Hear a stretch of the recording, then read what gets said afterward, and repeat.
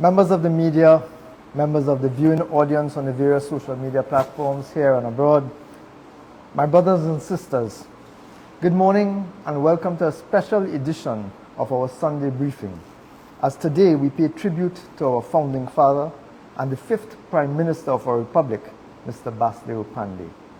I am Davindranath Tancoo, Member of Parliament for Oropouche West, Opposition Shadow Minister for Finance and for the Ministry of Planning and Development, as well as the Chairman of the United National Congress and Chairman of the Public Accounts Committee. Joining me today is our very own Senator Wade Mark, Leader of the Opposition Business in the Senate, and he shadows the portfolio of Finance, Planning, Labour, Energy, and he's also Chairman of the Public Accounts Enterprises Committee. Before we begin the formal part of our press conference today, I ask you members of the viewing audience to stand with us and join in a minute of silence as we pay recognition and homage to our fallen hero, Mr. Basdeo Panday, former Chairman, former Prime Minister, and former Leader of the United National Congress.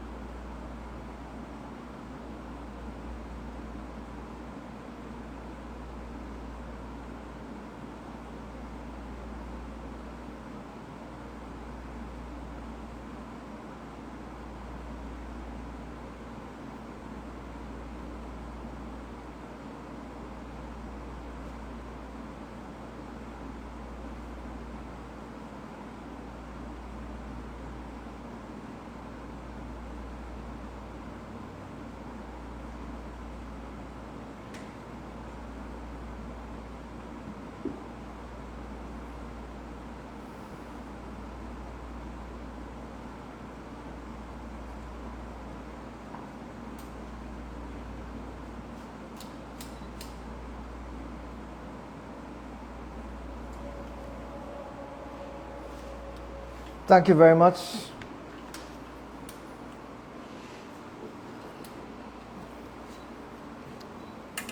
Over the past few days, many have offered tributes to our first political leader of the United National Congress and fifth Prime Minister of Trinidad and Tobago.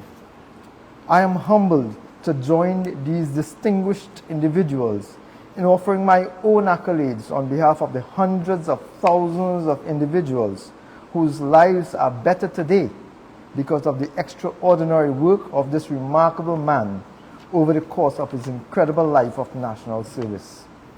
I want to use this opportunity as well to thank all of you here and abroad who would have taken the time to write to the United National Congress, to communicate with your Member of Parliament and with the political leader of the UNC, Mrs. Kamala Persad-Bissessar, in remembering the legacy of Basdeo Panday.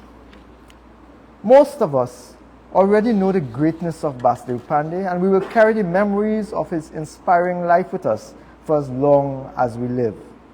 But my message today is essentially and especially for those who must learn his story and be inspired by his improbable and inspirational path from rural Princestown to the Prime Minister's office.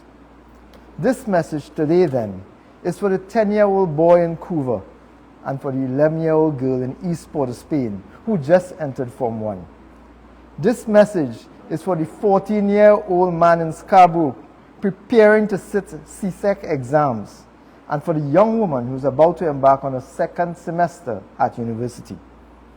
Today's message is for every child, every boy and girl, every young woman and young man in Trinidad and Tobago who dreams bigger, who dreams about something better for their country, for their families, and for themselves.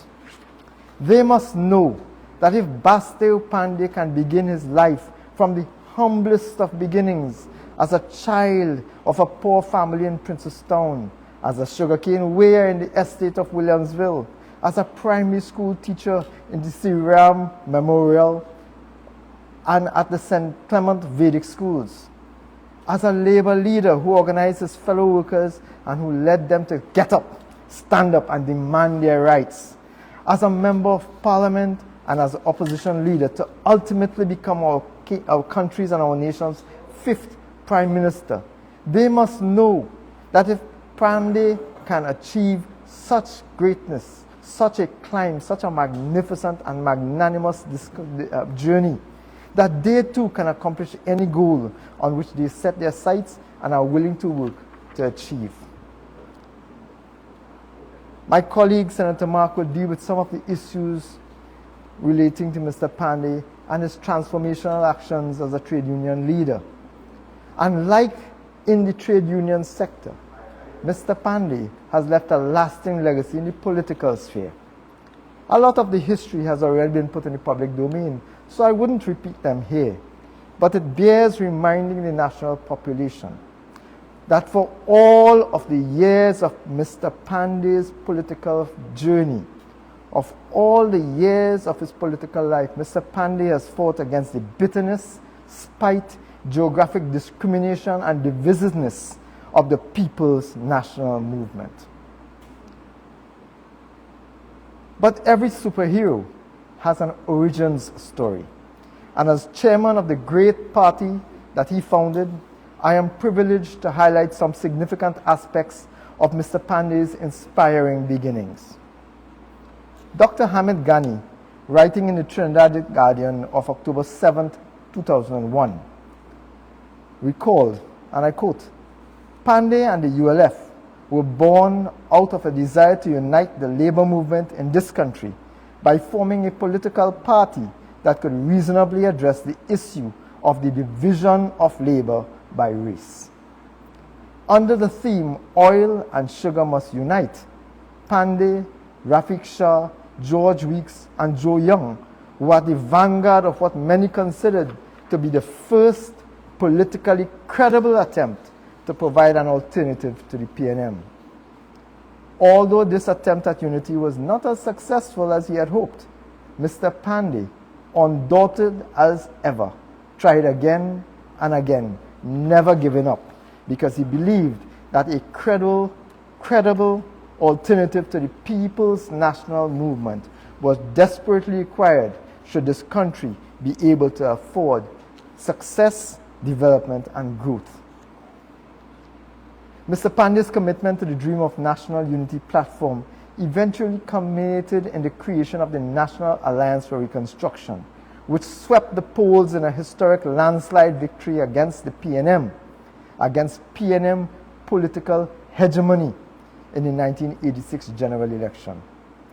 But this historic union fractured, and the dream of one love and national unity eluded Mr. Panday once more. But ever faithful to the cause, Mr. Panday joined with other visionary men and women and yet again called on the patriots of the cane fields, the patriots of the oil fields, the patriots of the labor movement, the patriots of the working class, the patriots of the business sector to unite. To that end, the cause for love, unity, and brotherhood, known otherwise as Club 88, was formed in March 1988 and heralded the dawn of a political force that was destined to bring positive change to our nation. You would think that we would have been despondent and demotivated by how things turned out following the euphoria of the 1986 NAR victory, but we weren't. In fact, it seemed to be just the opposite. We were desperate not to let the dream die, and that then just reignited a fierce determination within Mr. Panday and those he inspired to try and try yet again. Like many, I grew up in a family where the photograph of Mr. Panday occupied a place of reverence.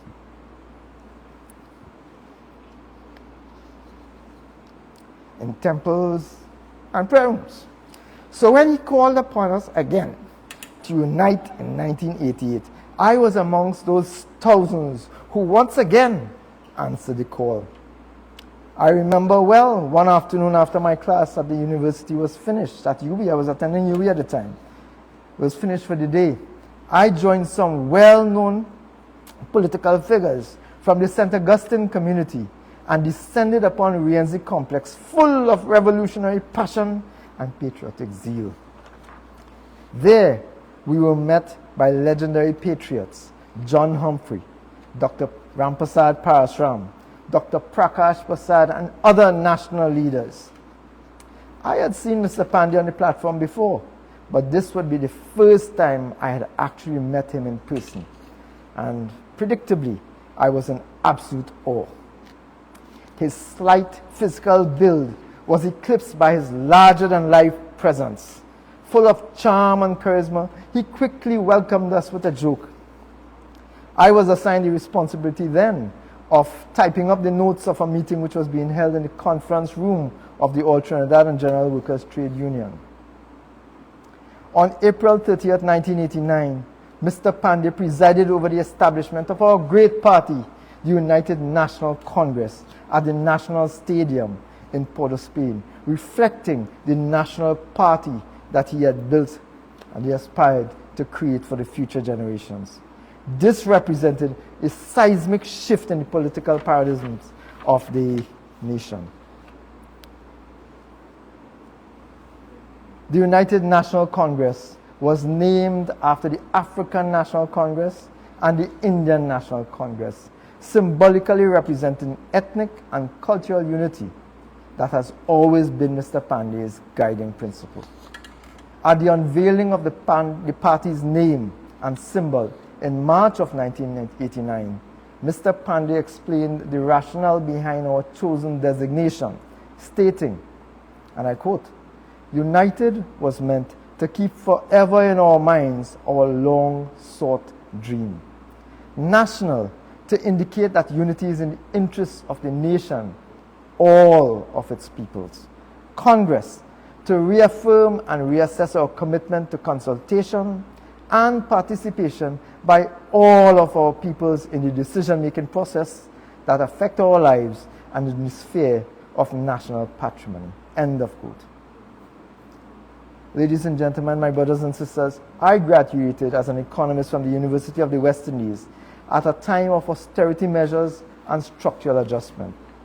The woeful economic conditions of the late 1980s were hardly the kind of circumstances to make idealists out of economists. But as shiny new members of the nascent UNC, as shiny new members, our political leader, Basdeo Panday, gave us hope. So in September 1990, upon Mr. Panday's appointment as leader of the opposition, I interviewed for the job of chief economist at the office of the leader of the opposition. I remember being ushered into the office by his then secretary, Mrs. Beverly Drayton.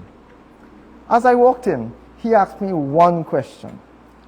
He asked, "What do you honestly think is Mr. Basdeo Panday's biggest flaw?" Well, without thinking, I responded with all the impulsiveness of my generation that I think Mr. Panday's biggest flaw is that he argues with people rather than arguing with issues.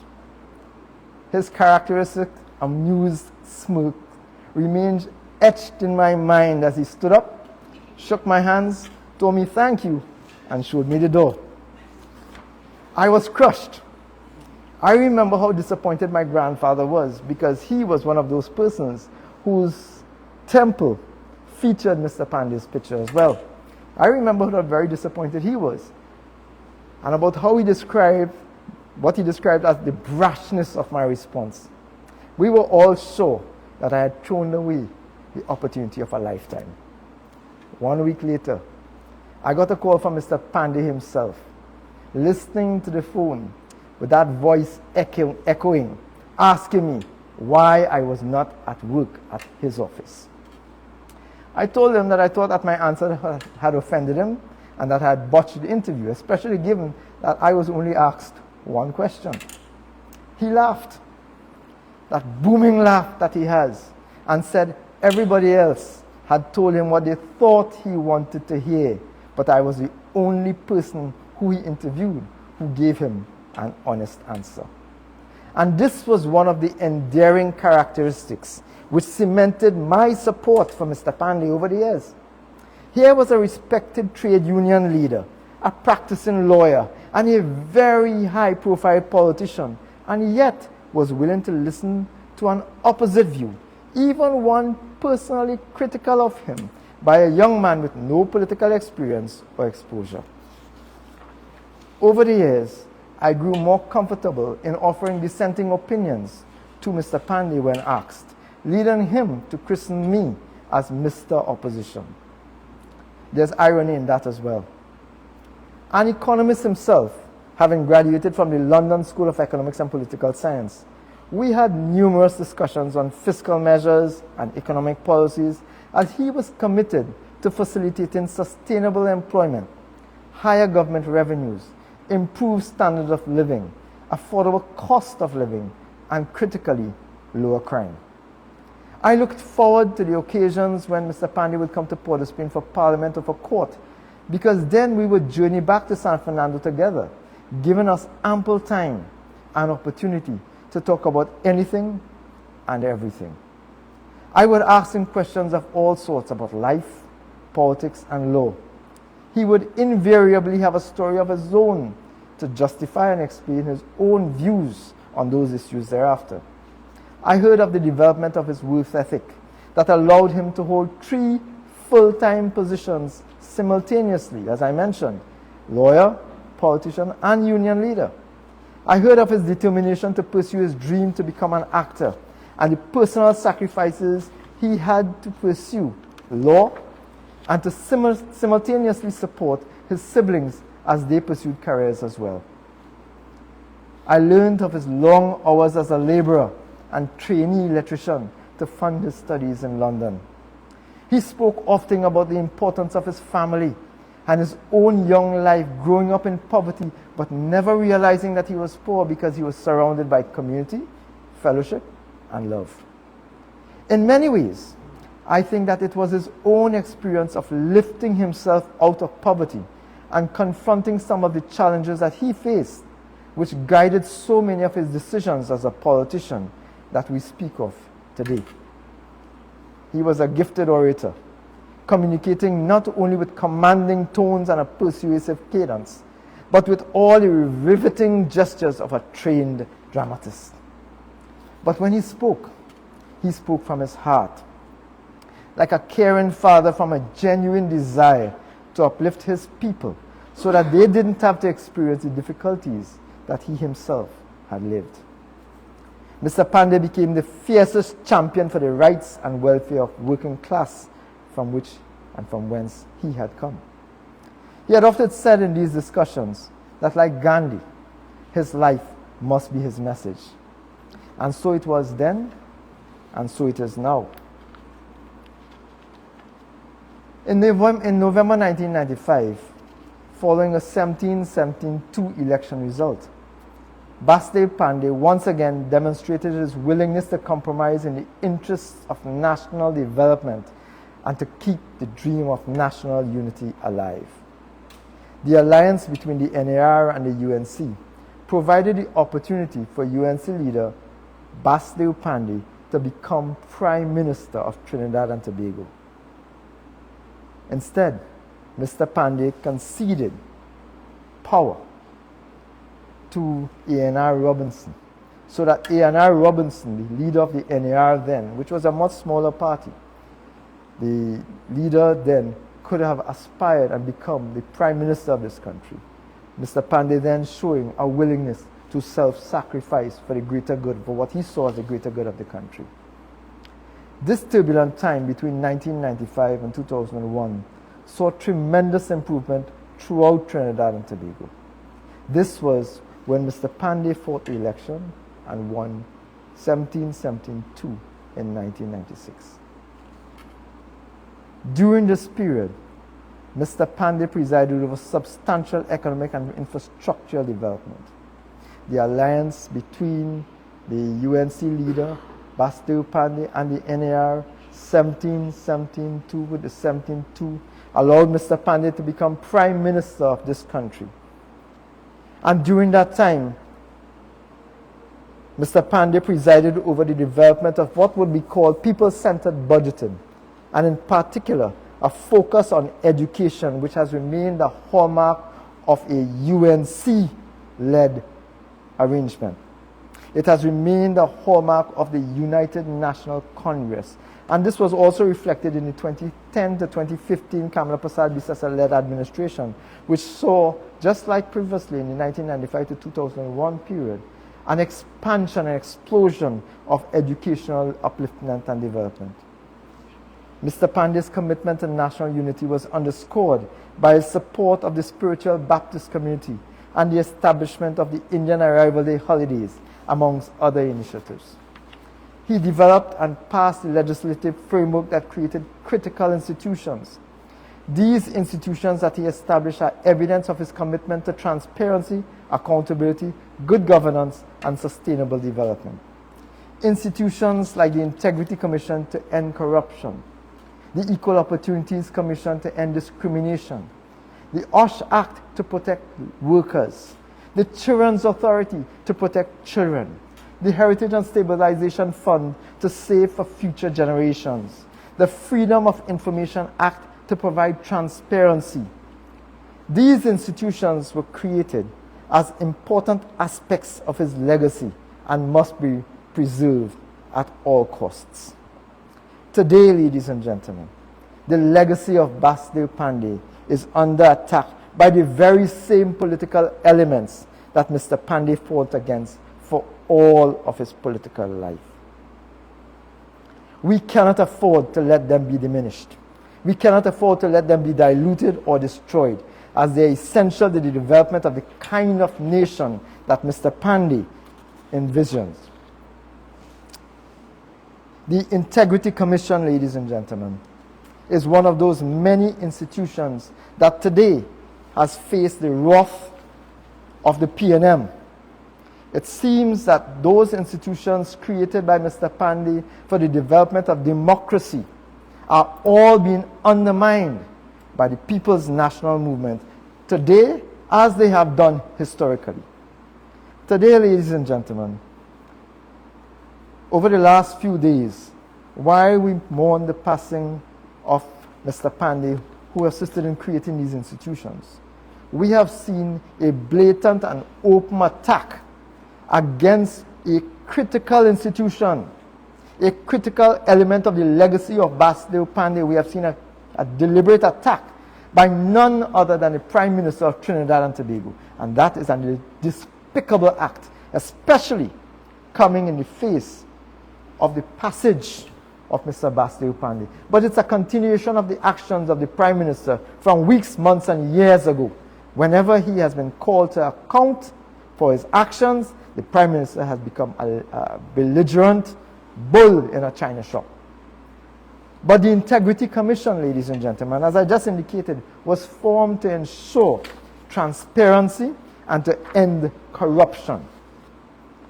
I want to quote from the Trinidad Guardian of today.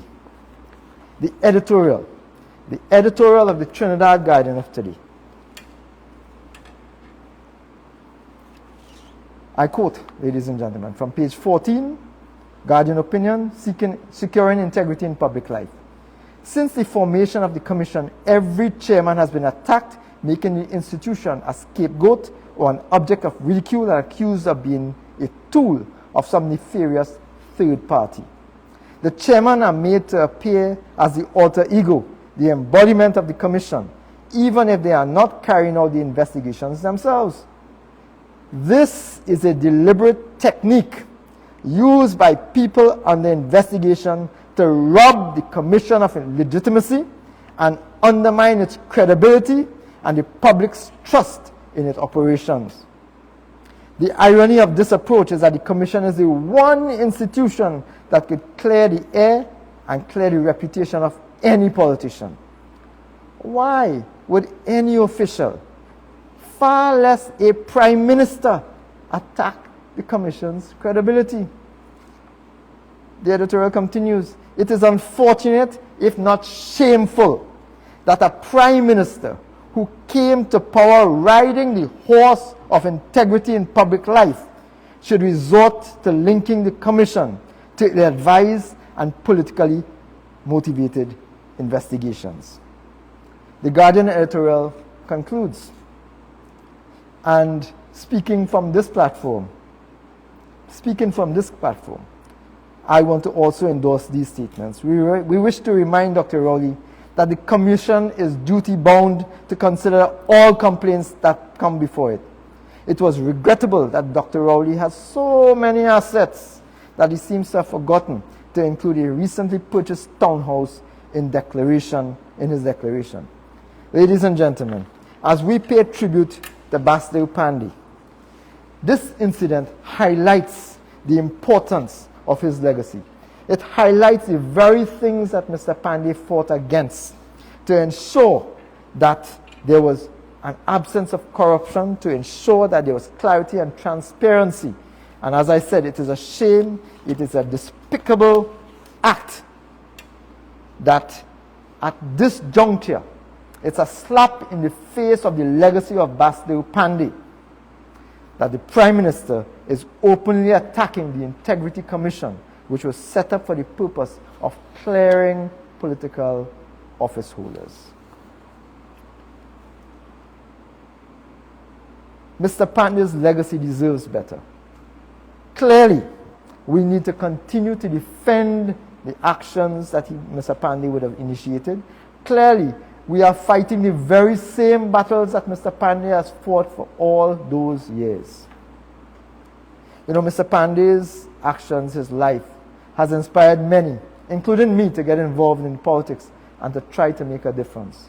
And I am proud to say that today, many of his jailers remain involved in politics up to today in various fields and in various forms of political service.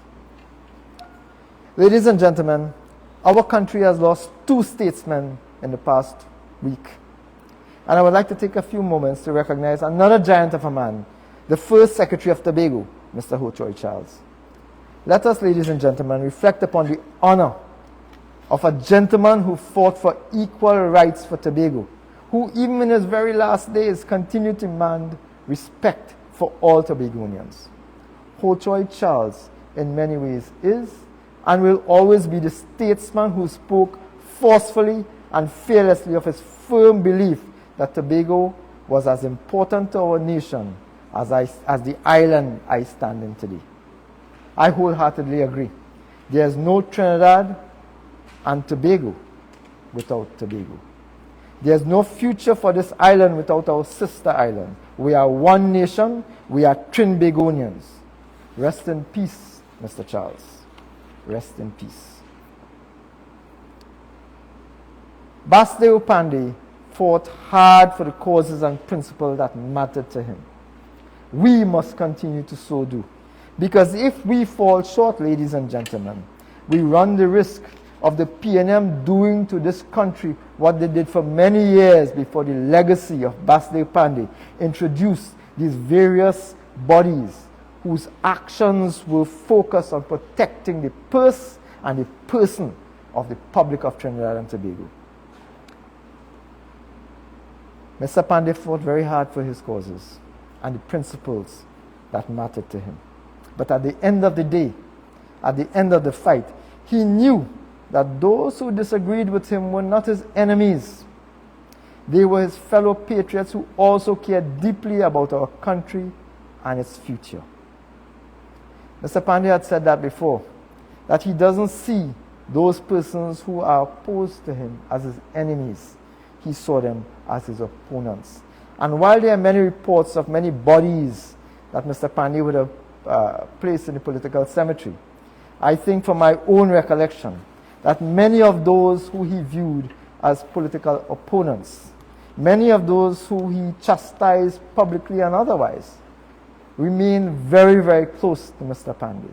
In fact, many of those are now considered amongst his friends. So Mr. Panday was never a victim. He always rose above the allegations and the chastising, etc., of those who wished to bring him to a lower level. Because that was the mark of the man. He had said before, it's a well-known story. If you see a lion and myself fighting, feel sorry for the lion. Mr. Panday was nobody's victim. Far from that. He was a leader of leaders. And that will continue as long as we continue as a people to defend the positions that he took, to defend the very institutions that he established to protect us all. But Mr. Panday's rise to success is not a partisan political story. It is not a story meant for one party or for one racial or for one ethnic or for one religious heritage or for one city or for one constituency or for one island. It is a story of our country, for every young person in Trinidad and Tobago, for every ethnicity, for every religion, for every one of us. It is a story for Lavantil and for Endeavour, for Couva and for Cedrus, for Scarborough and for Speyside. It is a story for every girl and boy on our islands who dreams bigger and dreams better. This is the story of Basdeo Panday, and let that story shine a light that allows us all to walk forward towards those dreams, both his dreams and ours, because generally they coincide. There's a wonderful proverb that I think most of you know. That is the best way I think that I can conclude my tribute today. Blessed is he who plants trees under those whose shades that he will never sit. Blessed is he who plants trees under whose shade he will never sit. Mr. Panday, Mr. Basdeo Panday, planted 100, 1,000, 1 million of those trees for his country's future. Let us resolve to plant 1 million more. Nations, though, are nurtured by the legacies left by its most enlightened minds. Such legacies remind us to be kind to each other and not to merely tolerate each other. Mr. Panday's legacy teaches us that regardless of the differences in ethnicities, religious beliefs, status, and the like, we can come together to be a force to reckon with. Reflecting on Mr. Panday's lifetime of true faith and allegiance to Trinidad and Tobago, I will end by quoting again from his 1989 address at the unveiling of the UNC's symbol and name. He said, and I quote, "We have had a dream of establishing a society that is founded on love, not hate, and suspicion and antagonism. A society in which we end that debilitating yoke of alienation that, like an albatross around our multiracial necks, has prevented us from creating a true, happy, prosperous nation. A society in which there is equity and equality for all. We give thanks to Almighty God for the life of Mr. Basdeo Panday. As the political standard bearers of his legacy, we will never, never, never surrender. We will never give up the struggle that our founding father has bequeathed us. The House of the Rising Sun, the United National Congress, will continue to be the vehicle through which the children of taxi drivers, roti shop owners, single parents, and cane cutters receive the same opportunities as the children of privilege. Today we are again called to action. With high crime, high unemployment, high poverty, loss of opportunity, poor governance structures in education, health, and social support. Today we are again called to action to continue the legacy of Mr. Basdeo Panday. We in the UNC will continue to pursue one love and national unity until every Trinbagonian casts off the shameful colonial heritage of ethnic and geographic division. Mr. Panday inspired generations not to be passive spectators in their lives, to stand up for ourselves and to fight for what we believe we deserve. Whatever he saw that needed to be fixed, Mr. Panday stepped forward and made an attempt to fix it. Today, with high crime, ladies and gentlemen, the UNC, which is to use this opportunity to launch again an attempt to engage the national community to treat with a critical issue facing us in Trinidad and Tobago, which is crime. The Prime Minister has refused to meet to date, despite acknowledging and accepting that crime is a major factor creating us. We have done what Mr. Panday would do. we have decided to take the bull by the horns under the political leadership of Kamla Persad-Bissessar. And I wish to announce again today that on Monday, 15th of January 2024, at the La Jolla complex at 6 p.m., the United National Congress will be hosting its first anti-crime talks. I want to invite members of the public, members of the business community, everyone who's affected by crime, and that should be 1.47 million people of Trinidad and Tobago, to please make your way to the La Jolla complex and let us continue to build, let us continue to fight, let us continue to engage each other for a better Trinidad and Tobago. Let us continue the legacy. I said that Mr. Panday inspired generations not to be passive. Let us consider that this is another opportunity to aspire to that legacy, to ensure that we are clear in our minds, just like Mr. Panday wanted us to focus on, that we are indeed now the architects of our own future, that our governance no longer lies in foreign hands that once held a royal scepter, but in independent Trinidad and Tobago hands that hold the right to vote. Ladies and gentlemen, Mr. Panday could not have served our nation so faithfully without the love and support of his family. And today, on behalf of the United National Congress, the 120,000 members of the United National Congress, and the 1.4 million people that support this great party and this great country, I wish to extend our condolences once more to Mrs. Omar Panday and to the children of the Panday family and to the Panday family generally. Our prayers and support will always remain with you. It is my prayer that Mr. Basdeo Panday's soul find liberation in the bosom of the Lord. I thank you, and may God bless our nation of Trinidad and Tobago. I now will turn over to my colleague, Senator Wade Mark.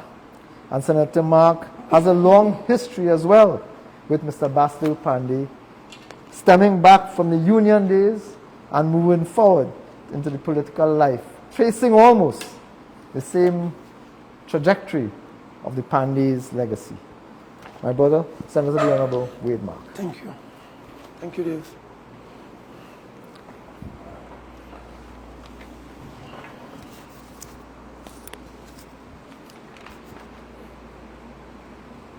Thank you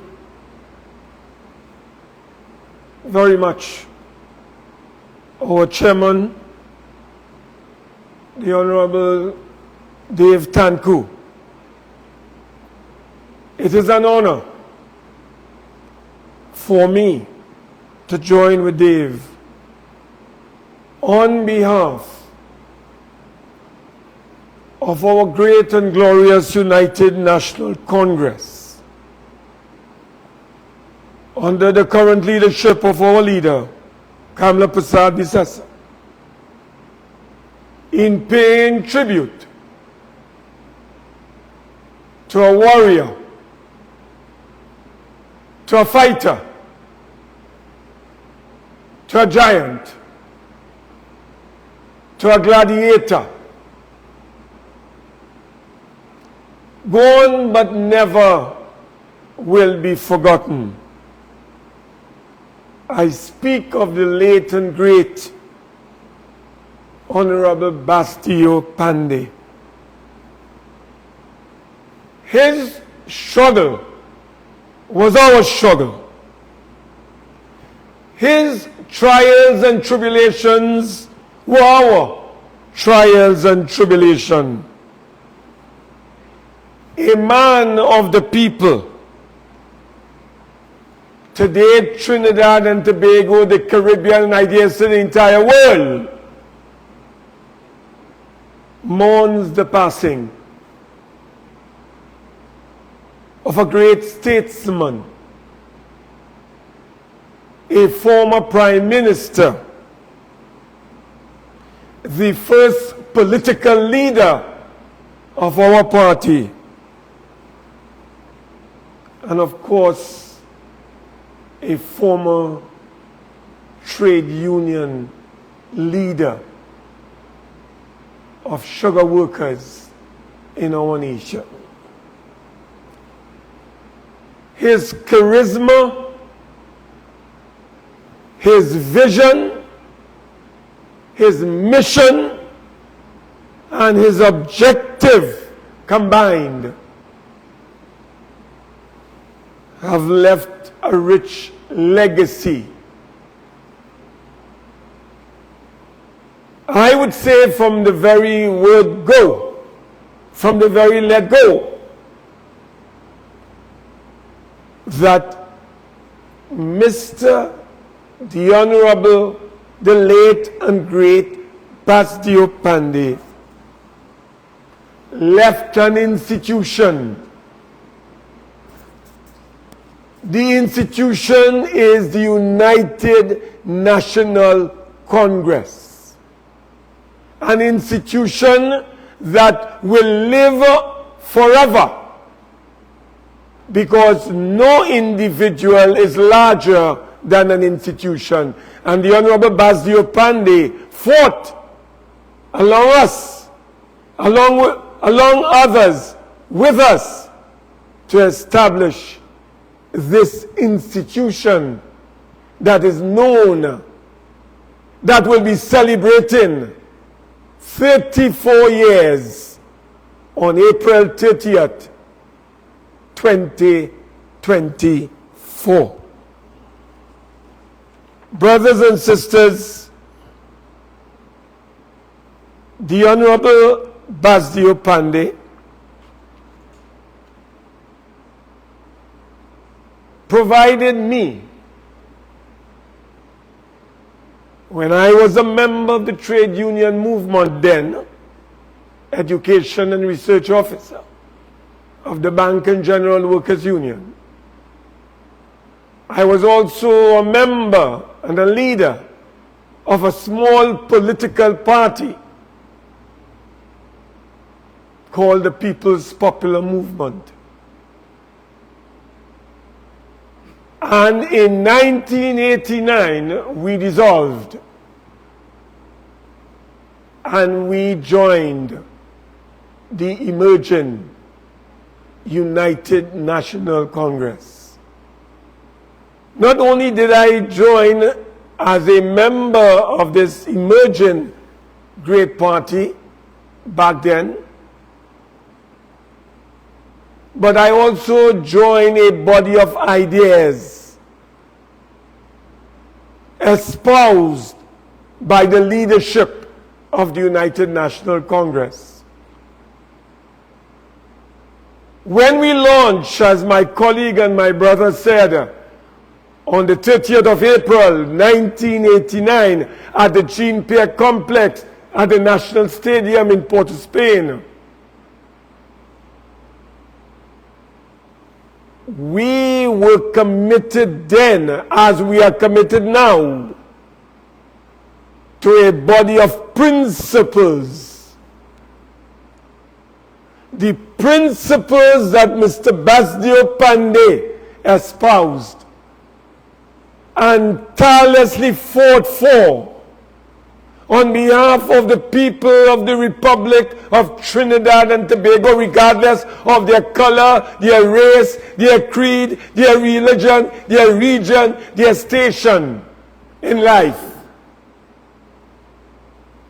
Those principles governed the party when it assumed governance in 1995 up to 2001.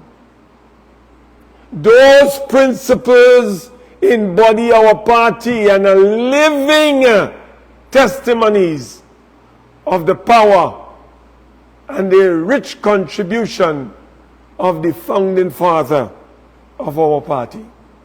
What were these principles, brothers and sisters? These principles were equality,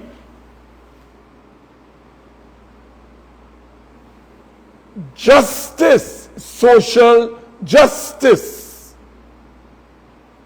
national unity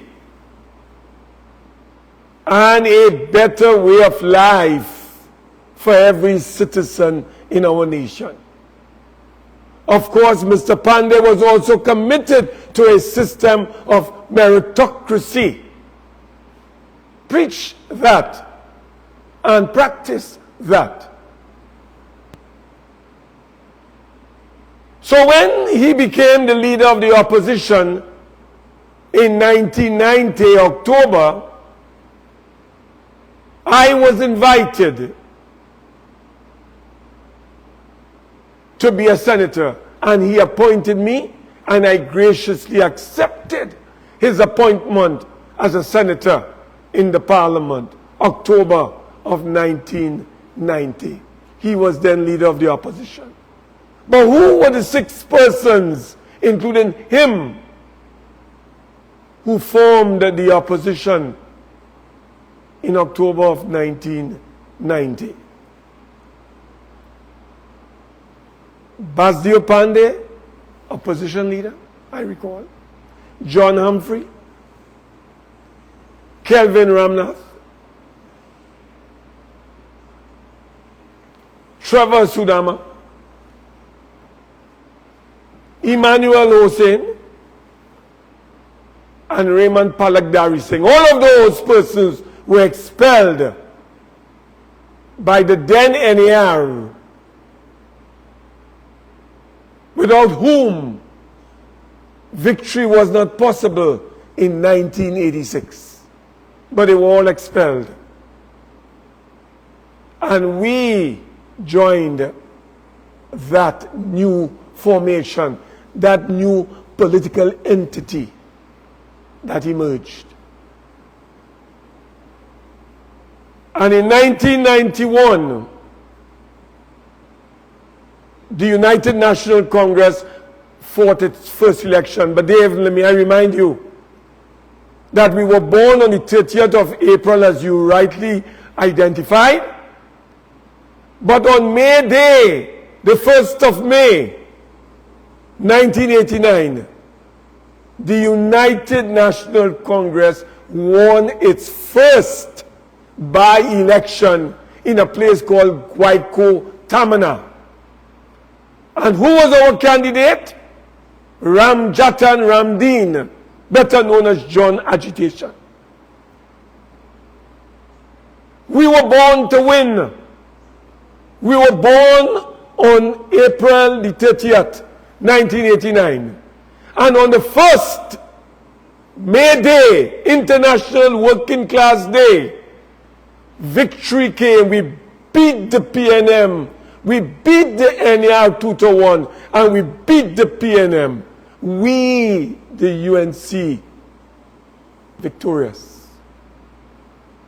And we moved as an emerging giant in this nation, fighting and defending the interests of the poor, the downtrodden, the marginalized, the vulnerable, the voiceless, the powerless. The United National Congress was that instrument created by Mr. Panday in order to defend the interests of the working people of our country. And they've in less than 1 year,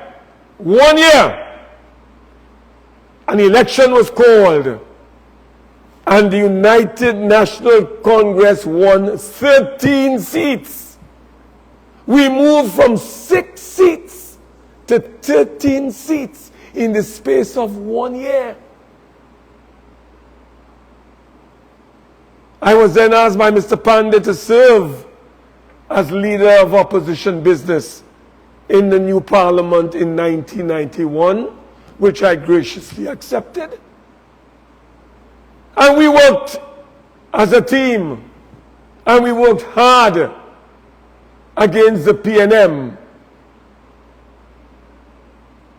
And a snap election was called in 1995. And we moved from 13 seats to 17 seats. Dave has already indicated to you, and a coalition was formed, and Mr. Panday emerged as the first Prime Minister coming out from the United National Congress as our first political leader, first Indo-Trinidadian and Tobagonian to lead this country, the first Hindu, the first Labour leader to become Prime Minister of our republic.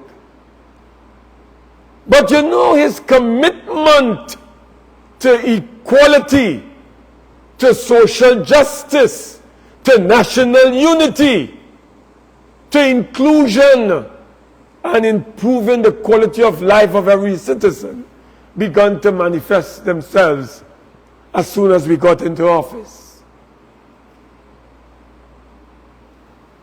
The first thing that comes to mind, Dave, was when the Honourable, late and great Basdeo Panday lifted a ban that was imposed by Dr. Eric Williams, then Prime Minister of Trinidad and Tobago, against who? Kwame Ture, better known as Stokely Carmichael. He was banned by the PNM, a man who was born on Oxford Street, left here at 11 years to join his parents in the United States, became a powerful civil rights leader alongside Martin Luther King Jr. in the United States, fighting for black equality and justice and racial equality in America. We should have been proud to embrace him. Instead, what did the PNM do? The PNM imposed a ban on Stokely Carmichael, known as Kwame Ture. It took the United National Congress, it took Basdeo Panday, our Prime Minister at that time, to lift that ban and allow Kwame Ture, Dave, to come back home. I was at the airport with Ralph Maraj, Foreign Affairs Minister, because I must tell you, I had the distinct pleasure and privilege of being asked by Mr. Panday to serve in his cabinet of 1995, which I graciously accepted. And we served there, and I served as the Minister of Public Administration and Information. And we met Kwame Ture at the airport. And he met with Mr. Panday.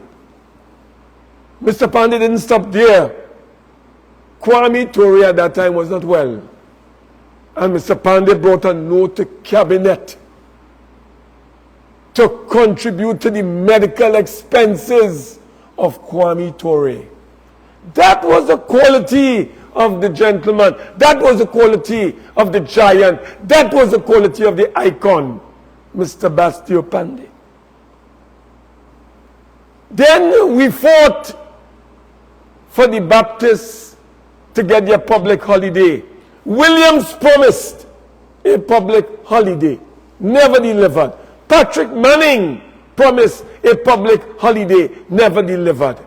You know who delivered? It was Basdeo Panday. And we celebrated the first public holiday for the Baptists, Shanta Baptists, on March 30th, 1996.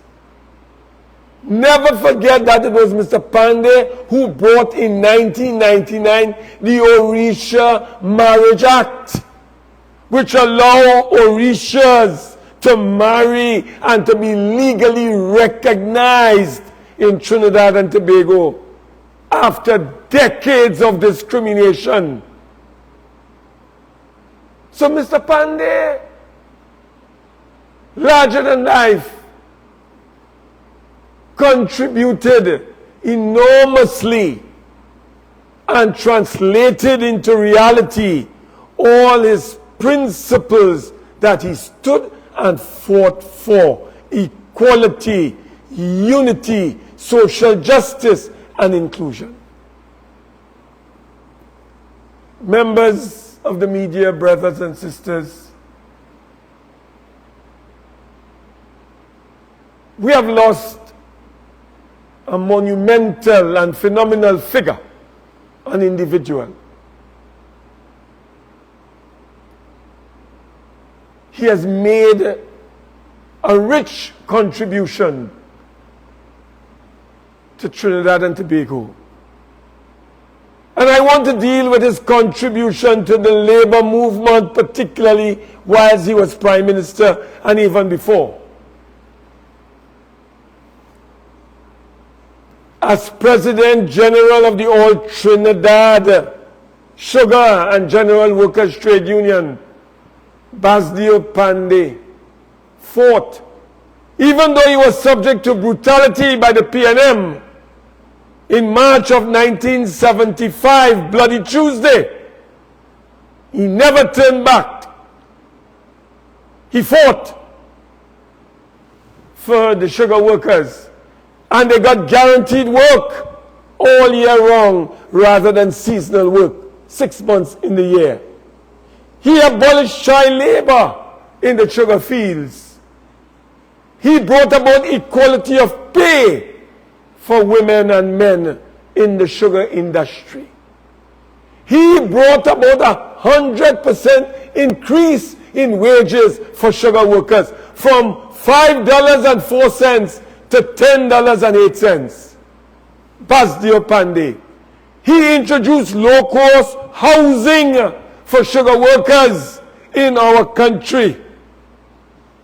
He has made a tremendous contribution to the workers in the sugar industry. And I want to put on record, Basdeo Panday did not close down the sugar industry when he was Prime Minister. Basdeo Panday sought to preserve and expand but diversify, conscious of the challenges facing the sugar industry. It was Patrick Manning and a fellow called John Rahel who combined, slaughtered, butchered, destroyed the sugar industry in Trinidad and Tobago. So I saw somebody writing a story in the papers talking about a complicated story involving Panday and Carney in 1970. What is complicated there? There's no complications. So when it comes to labor and it comes to the workers, the Honourable, the late and great Basdeo Panday made an indelible and rich and lasting contribution to the workers and now the offspring of those workers in Trinidad and Tobago. Never forget that under his reign, when he was Prime Minister, the first national minimum wage was established in Trinidad and Tobago. First national minimum wage.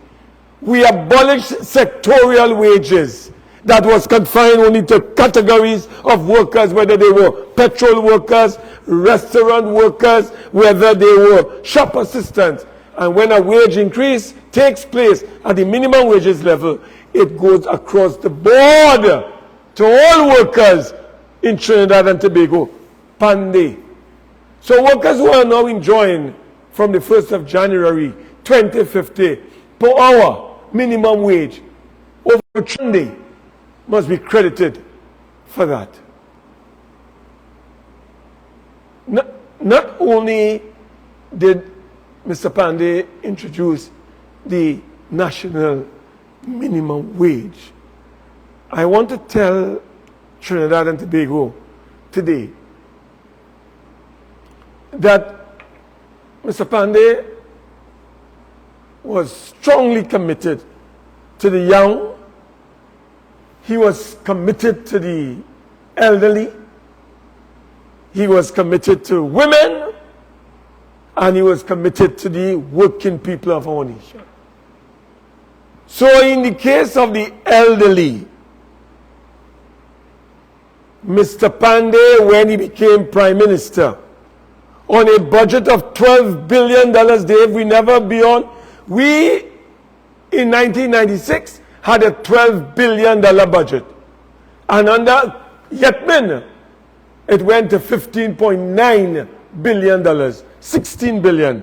So between 1996, 12 billion, to the end of our term in 2001, the budget of Basdeo Panday never exceeded $16 billion. But you know what he was able to accomplish? You know what he was able to achieve for the elderly in our country? He increased the old age pension from $356 per month, Dave, to $420 in 1997. He didn't stop there. The following year, in 1998, he increased old age pension by another $100, moving it from $420 to $520 per month, $520 per month. It didn't stop there. In 1999, he increased it by another $100 rather, taking it from $520 to $620. So in 3 consecutive years, Basdeo Panday increased the senior citizens grant, senior citizens pension rather, from $356 per month to $620 per month. Remember, he also increased the income ceiling from $5,000 to $7,000 to permit persons who were receiving national insurance to access pensions. That was a legacy, an achievement, an accomplishment of Mr. Panday. Mr. Panday was able to make 5,000 casual and temporary daily workers, hourly and weekly workers, permanent.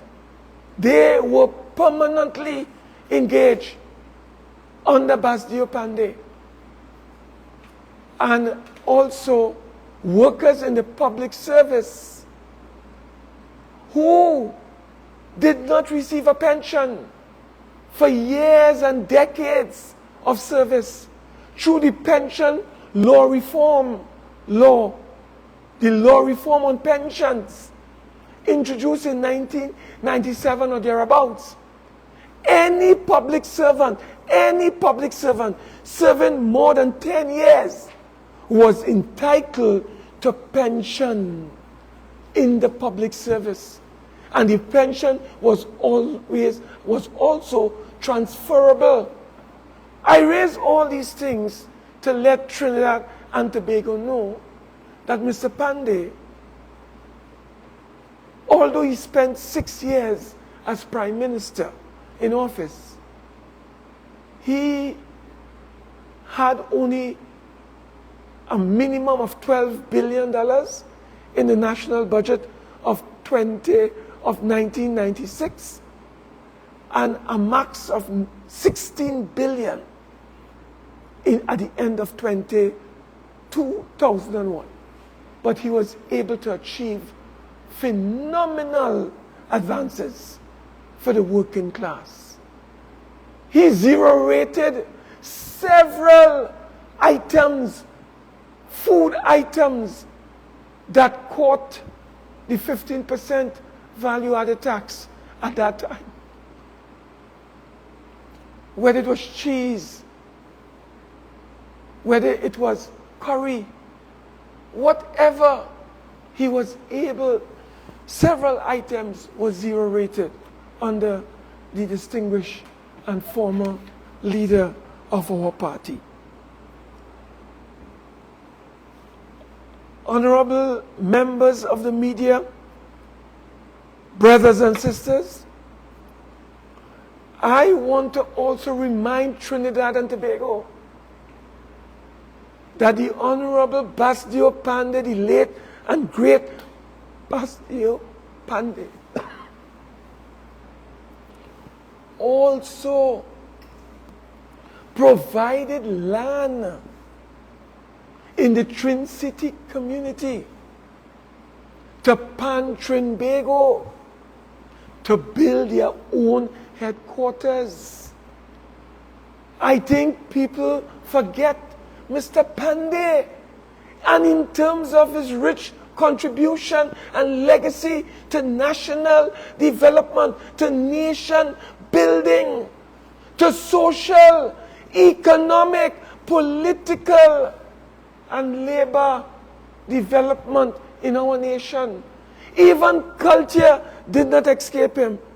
Dave, I do not know if you remembered Mr. Panday telling Trinidad and Tobago in 1985, he moved a private member's motion to acquire the Bennett Farms, now known as Palmies. He moved a motion. It remained there for 10 years. And when he became Prime Minister, it was the UNC that acquired the Bennett Farms, that today is now Palmies Park. You have to remember the contribution of Basdeo Panday. So he was involved in the environment, in aesthetics. He provided space, open spaces for the people of South Trinidad, right? Through Palmies Park. Mr. Panday, in an effort to give the ordinary man and woman a chance to own a vehicle, in 1996 in the budget, introduced what is called second-hand cars, the used car industry. Today, that particular sector has grown by leaps and bounds, but of course they have come under attack by the PNM as they seek to protect their friends who import fully completed vehicles at the expense of the used car industry. That contributed to the expansion and the growth of the middle class in Trinidad and Tobago. Ordinary people could not have purchased a car. Mr. Panday allowed ordinary men and women to own their own vehicle. Some of them became so enterprising, Dave, that some of them had 2 and 3 vehicles, all as a result of the opportunity given in legislation and policy in the 1996 budget of Mr. Basdeo Panday. So I think it's important that we recognize that Mr. Panday played an enormous role in the development, the growth, diversification, and transformation of our nation. And may I remind Trinidad and Tobago, in order to remove the cloak of secrecy and to allow the sunshine of transparency and scrutiny into public affairs, Mr. Basdeo Panday passed, as Dave reminded us, a suite of legislation, very deadly in the hands of opponents and or rivals. But he was not concerned. Nobody forced Mr. Panday and the UNC to pass this suite of legislation. What were they? The Judicial Review Act, the Freedom of Information Act, the Equal Opportunity Act, the Integrity in Public Life Act. Those were deadly weapons in the hands of any opposition.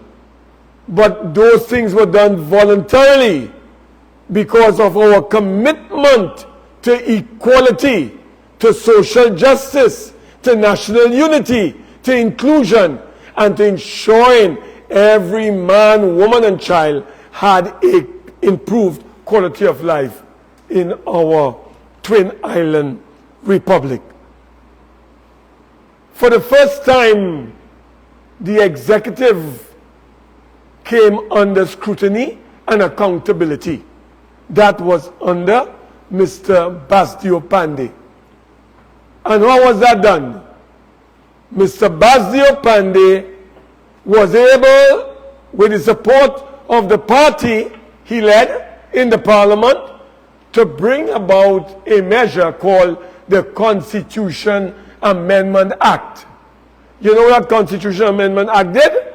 It brought Parliament into the 21st century. It brought about departmental committees. If you go under Section 66A of our Constitution, those departmental committees came into being in 1999, and those remain as we speak today. So it made the executive accountable for the first time to the parliament and to the legislature. And Dave, I don't know if you're aware that it was under Mr. Basdeo Panday that the Red House was designated as the exclusive seat of parliament and the legislature. It was under him that parliament was designated as the exclusive seat of the legislature. Prior to that, you would remember the days when you had Ministry of Legal Affairs in the Red House. All those, even a court, a high court, was upstairs. All of those bodies and institutions and organizations were moved out in order to designate the parliament, right, as the exclusive seat of the legislature. Panday and the UNC. And that is why I make a distinction between vision, mission, objectives, and those achievements that followed it, and the institution. The United National Congress is an established institution in the Republic of Trinidad and Tobago. It is not a fly-by-night organization. It's a living organism of the people. It's an instrument that was brought into being by the people. I can never forget that day when the people gave the mandate to Basdeo Panday and the group that had formed Club 88 in the mud, in the slush, in the rain at Arangwen Savannah on the 16th of October. 40,000 people braved the rain, the mud, and the slush to give the caucus of love, unity, and brotherhood led by Basdeo Panday the mandate to form the United National Congress, which became the instrument in defense of the oppression of the PNM at the time. I want to say, before I leave this particular platform, the intensive political victimization that Basdeo Panday suffered at the hands of the PNM. We will say more about that at the appropriate time.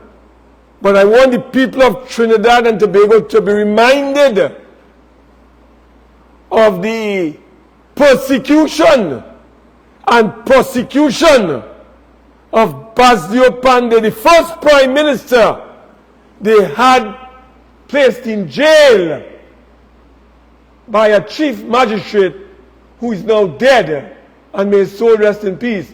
But the evidence that came out is that there was collusion between that chief magistrate and a former attorney general in order to influence the outcome of that particular prosecution. So Mr. Panday became a victim of PNM brutality and PNM victimization. And the citizens of Trinidad and Tobago must never forget the cruelty, the callousness, the heartlessness of the PNM and their persecution and prosecution of the Honourable, late and great Basdeo Panday. Brothers and sisters, before I close, I want to make two small points and then I will wrap up. The Prime Minister of this country should be ashamed that today is the 7th of January and thousands of police officers are still to receive their so-called measly, meager 4% back pay. They went to Parliament. They announced in Parliament, big fanfare, back pay for Christmas. They bullied, they terrorized the workers, whether they're police officers, firefighters, whether they be prison officers. They bullied, terrorized these people into accepting this so-called 002 in one period and 002 in a second period, threatening them to take them to the special tribunal, and did take them to the special tribunal, knowing full well that once you go before them, it's a 5-year agreement and no longer 3-year. And after you make all that song and dance, today, you cannot even give these people that measly and meager 4% back pay. The Prime Minister, the Minister of National Security, and the Minister of Education all have to take collective responsibility for this debacle that is facing police officers. And the United National Congress condemns the heartlessness of this government, the contempt and the insult that they are showing towards our police officers. So we call on the Prime Minister, stop attacking the Integrity Commission. And I want to ask the President of this country, is the President is part of a tag team? I ask the question, is the President of the Republic part of a tag team? Was the Prime Minister not aware that the term of office of the Chairman of the Integrity Commission was coming to an end on Thursday of this week? If he was aware, was that the reason why he launches blistering and vicious and unprovoked attack on the integrity of the Chairman and by extension the Integrity Commission? What does the Prime Minister have to hide? Why is the Prime Minister scared of the Integrity Commission?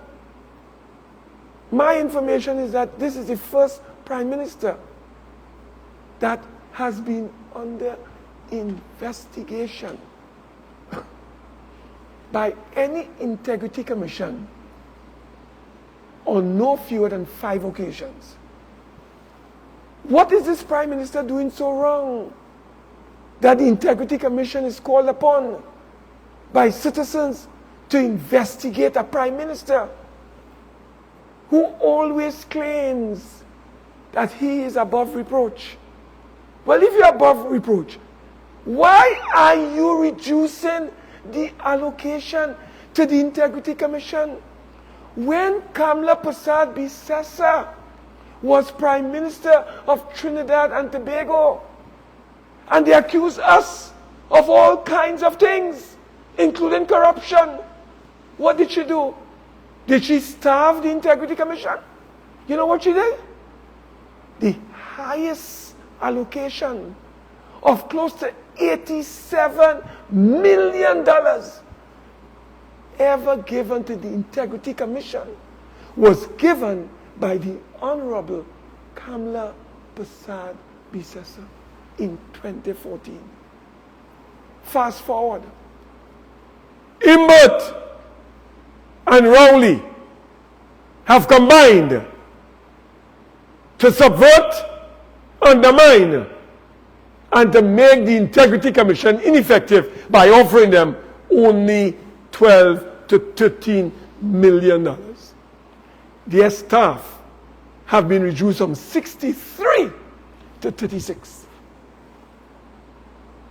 Look, it is the first time that an Integrity Commission has taken a government to court to ask the court to rule as an independent body whether they should not be given appropriate resources to carry out their mandate. First time.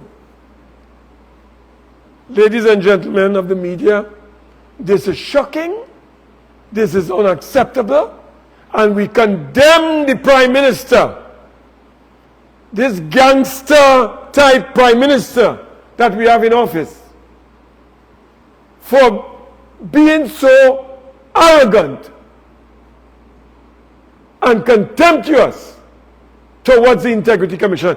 And I'm calling on the President of this Republic.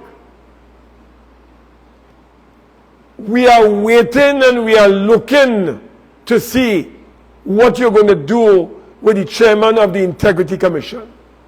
Whether this tag team will remove him and put a puppet in his place and put puppets to replace the Integrity Commissioners so that Dr. Rowley can have his wish.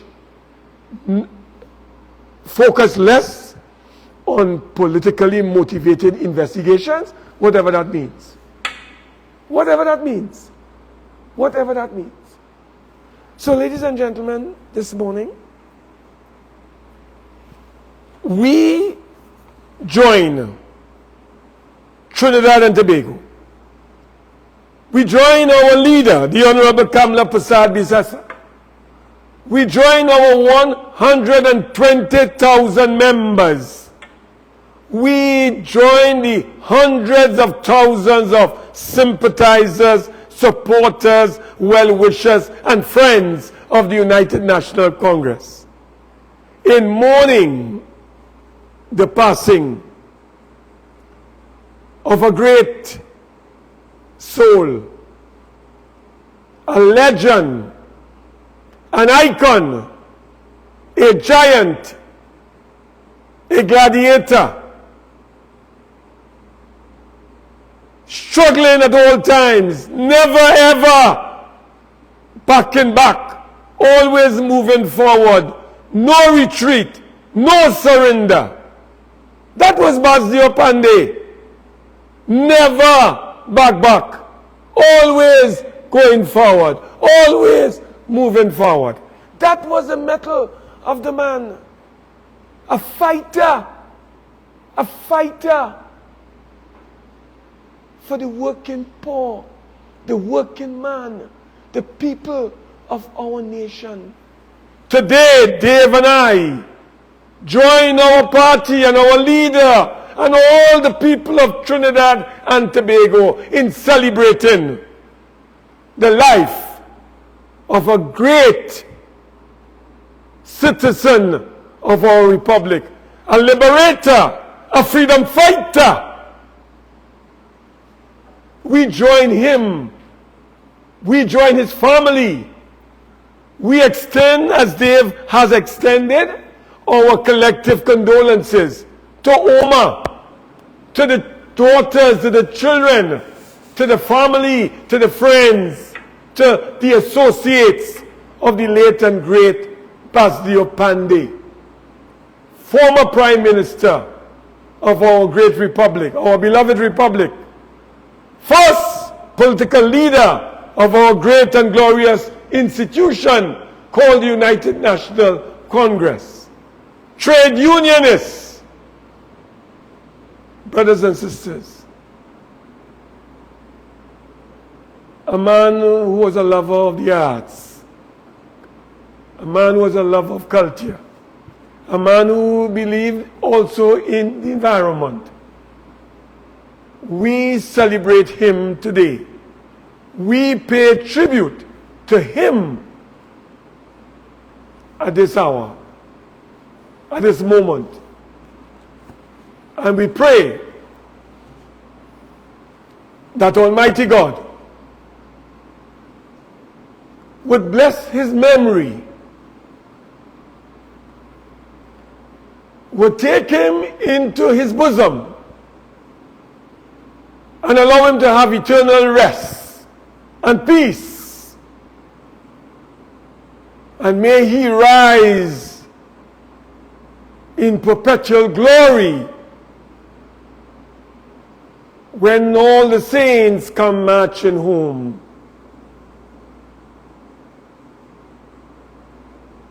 We salute a soldier. We in the UNC salute a warrior.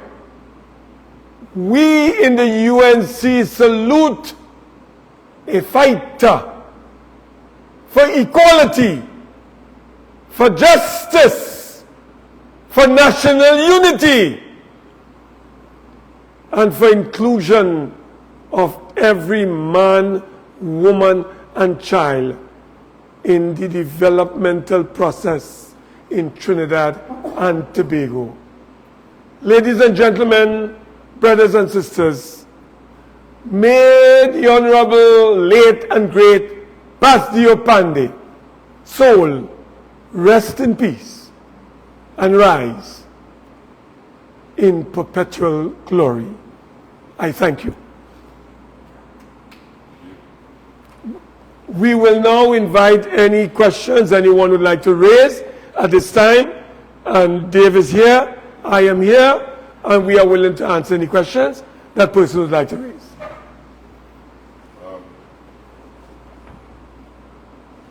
Is the party being represented at the service on Tuesday? So on Tuesday, as we all know, the funeral service, the state funeral, will be held. The party will be represented by all members of parliament who have received invitations to join in the state funeral. But I would like to ask all nationals, all supporters, all who have been influenced positively by the life of Mr. Basdeo Panday to join us. The funeral procession will be leaving Sapper and going to the Mosquito Creek for cremation. Join us at the Mosquito Creek. I believe from the notice that we have received that the funeral service will leave Sapper at 12:45. Okay. And will then proceed to the Mosquito Creek for cremation. I'm inviting members of the public, join us at the Mosquito Creek as we pay final tribute to this legend, the founder of our political organization, the United National Congress, and a man whose actions, whose policies have impacted Trinidad and Tobago for decades before and will continue to do so for decades to come. So join us at the Mosquito Creek from about 12:40 thereabouts as we pay tribute to Mr. Basdeo Panday. Final question, and it's to both of you to answer individually. Mr. Tancoo, what is your favorite personal memory of Mr. Panday that the average person would not? I mentioned it today in my presentation that when I was asked what was the one flaw that Mr. Panday had, and I said that he put issues before persons and he would argue with persons rather than issues.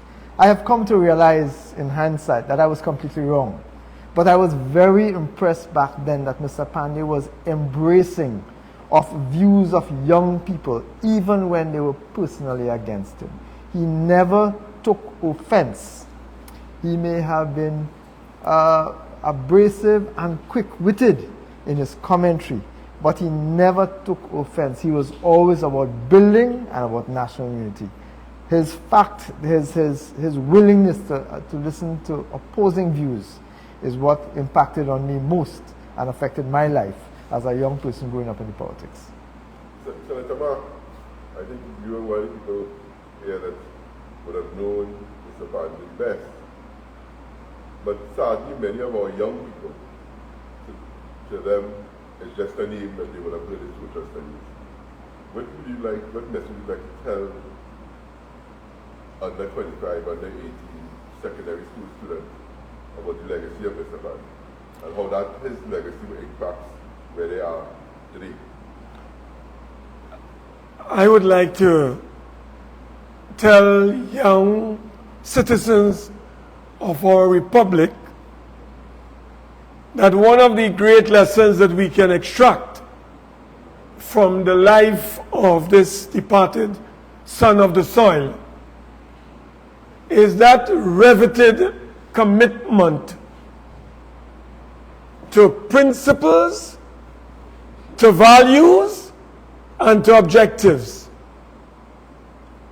Basdeo Panday was an individual that was always committed to what he described as the collective happiness of the entire nation, man, woman, child. That was what kept him going. That is what generated the love for Basdeo Panday. Because everything that he did, whatever action he embarked upon, whatever ideas he formulated, the bottom line was that constant Northern Star objective of using the resources of the state whenever you assume government to bring about the happiness of the greatest number using the resources of the state. So I would call on young people to pay attention to fundamental principles, principles that Basdeo Panday endorsed and espoused: equality, social justice, unity of the people, meritocracy, and at all times focus on honesty, truth, and integrity. Those are very critical principles and values that young people need to embrace and deliver in their daily interaction with their fellow human beings. Once we accomplish these principles, once we internalize those particular principles and values, I think that Mr. Panday, even though he has passed, I believe his legend, his contribution will continue to live on. Thank you, Senator. I want to also encourage persons to sign the condolence books that have been established throughout the country. We have a condolence book which is also located at the headquarters here, at the office at Tunapuna as well. And I want to encourage individuals. There are other corporations that have condolence books. Some MPs' offices have condolence books. It's been publicly advised that the condolence book will also be at SAPA tomorrow and on Tuesday. And I want to encourage individuals, and at the Red House, and I want to encourage individuals to find the time and leave a lasting notification of how much this gentleman has impacted our lives as citizens of Trinidad and Tobago. Senator Mark, I invite you to sign the condolence book here at the UNC headquarters.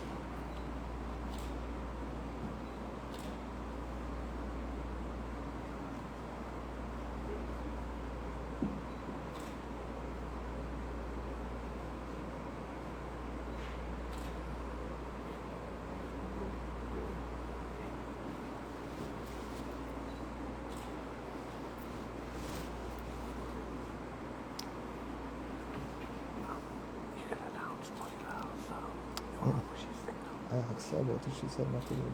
Oh. Okay. I asked her. I told her that I said very much and something to make the Monday tribute. In fact, I'll do it. She said that. I'll do it.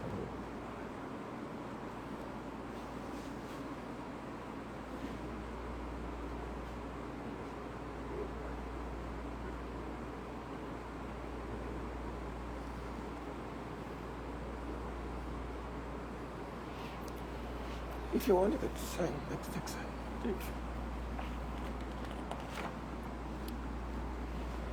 Thank you, Senator.